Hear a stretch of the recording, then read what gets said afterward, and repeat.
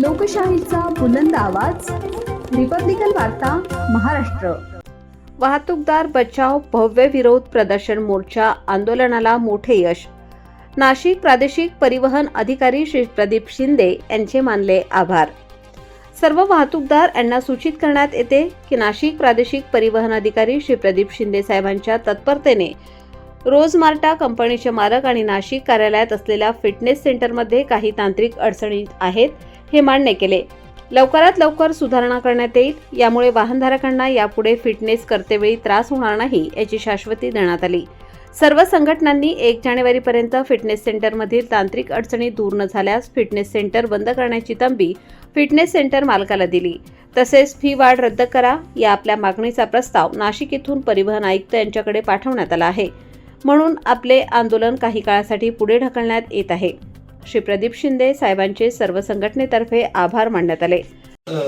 सर्व वाहतूकदार संघटनांनी उद्या एक आंदोलन करणार होते आपल्या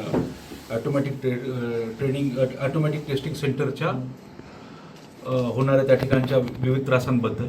तर या सर्व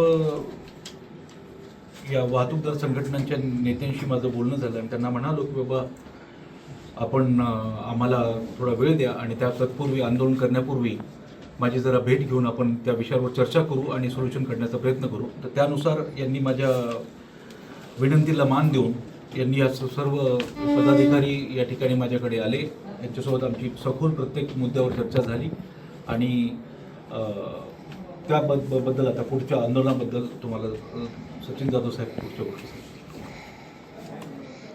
माननीय प्रादेशिक परिवहन अधिकारी प्रदीपजी शिंदे साहेब यांनी आपल्या सर्व नाशिकच्या संघटनांना इन्व्हाइट करून विनंती केली की तुम्ही उद्याचे आंदोलन करू नका। त्यामध्ये आम्ही तुमचे जे प्रॉब्लेम्स आहेत त्या प्रॉब्लेम सॉल्व्ह करण्याचा आम्ही पूर्ण प्रयत्न करतोय आणि 1 ते 1.5 तास आमच्याशी मीटिंग केली आणि आमचे प्रॉब्लेम समजून घेतले।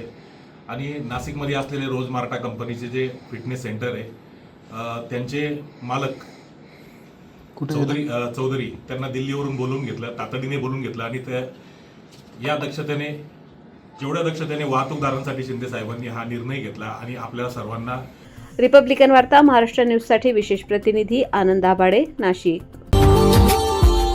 Subscribe now and press the bell icon. Never miss an update.